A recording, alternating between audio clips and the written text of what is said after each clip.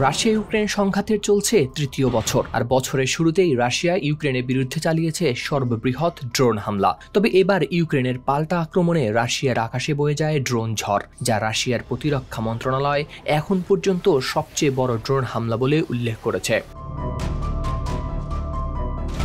রাশিয়ার প্রতিরক্ষা মন্ত্রণালয়ের তথ্য অনুযায়ী 25 ফেব্রুয়ারি রাতে 128টি ইউক্রেনীয় ড্রোন ধ্বংস করা হয়েছে। এর আগে 24 জানুয়ারি 121টি ড্রোন ভূপাতিত করা হয়েছিল। এই হামলায় ক্রাসনোদর অঞ্চলে 83টি, ক্রিমিয়ায় 30টি, আজভ সাগরে 8টি, কৃষ্ণ সাগরে 5টি এবং ব্রায়ানস্ক ও ক্রুস্ক অঞ্চলে ধ্বংস করা হয়েছে 1টি করে ড্রোন।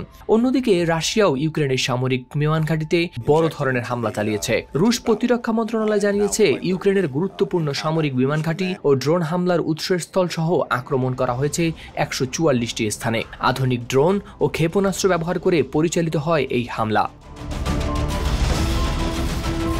রাশিয়া হঠাৎ বাড়িয়ে দিয়েছে হামলার তীব্রতা। ইউক্রেনের বিমান বাহিনীর মুখপাত্র ইউরি ইগনার জানিয়েছেন, গত রোববার সমন্বিত এক হামলায় এক রাতেই নিক্ষেপ করা হয় 267টি ড্রোন, যা যুদ্ধ শুরুর পর থেকে একদিনের সর্বোচ্চ।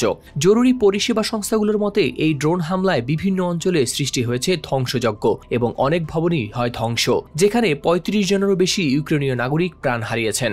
এদিকে এই সপ্তাহেই রাশিয়া চালিয়েছে প্রায় 1150টি ড্রোন হামলা, 1400টিরও বেশি গাইডেড মিসাইল এবং বিভিন্ন ধরনের 35টি ক্ষেপণাস্ত্র। হাওলাদার শামীম, RTV।